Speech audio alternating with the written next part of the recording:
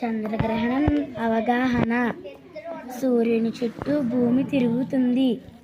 ఎలా తిరుగుతుందంటే భూమి తన చుట్టూ తాను తిరుగుతూ సూర్యుని చుట్టూ తిరుగుతుంది.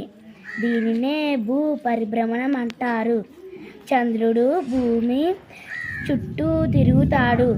ఇలా తిరుగుతున్నప్పుడు సూర్యుడు, భూమి, చంద్రుడు ఒకే లైన్లోకి వచ్చినప్పుడు సూర్యుని కాంతి భూమి మీద పడడం వల్ల, భూమి యొక్క నీడలో చంద్రుడు ఉండడం వల్ల, అనగా చంద్రుడు కప్పివేయబడడం వల్ల భూమి మీద ఉన్నవారికి చంద్రుడు కనబడడు.